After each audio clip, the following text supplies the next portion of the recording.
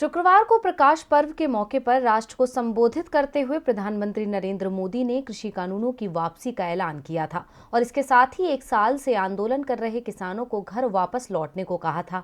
मगर किसानों ने घर वापसी नहीं की, बल्कि वो अब आगे की रणनीति बना रहे हैं। किसानों का कहना है कि जब तक संसद से कानून वापस नहीं हो जाते वो वापस नहीं जाएंगे। इसके अलावा कई और मांगे हैं जिन पर सरकार को विचार करना है।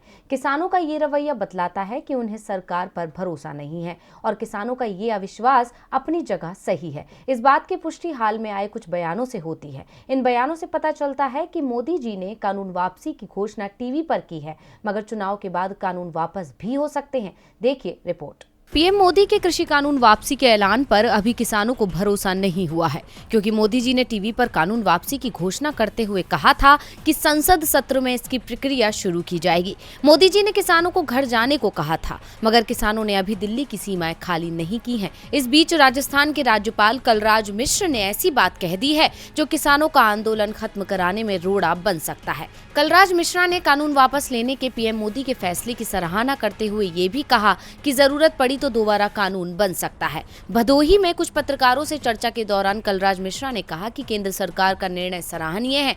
कृषि कानून किसानों के हित में था। सरकार ने किसानों को समझाने की लगातार कोशिश की, फिर भी किसान आंदोलित थे और अड़े थे कि कानून वापस लिया जाए। अंत में सरकार को ये लगा कि कानून वापस ले लिया जाए। फिर आगे इस संबंध में कानून बनाने की जरूरत पड़ी तो दोबारा बनाया जाएगा। फिलहाल इसे वापस लिया जा रहा है। इससे पहले उन्नाव भाजपा सांसद साक्षी महाराज ने कहा था कि बिल बनते हैं, बिगड़ते हैं और फिर वापस आ जाते हैं।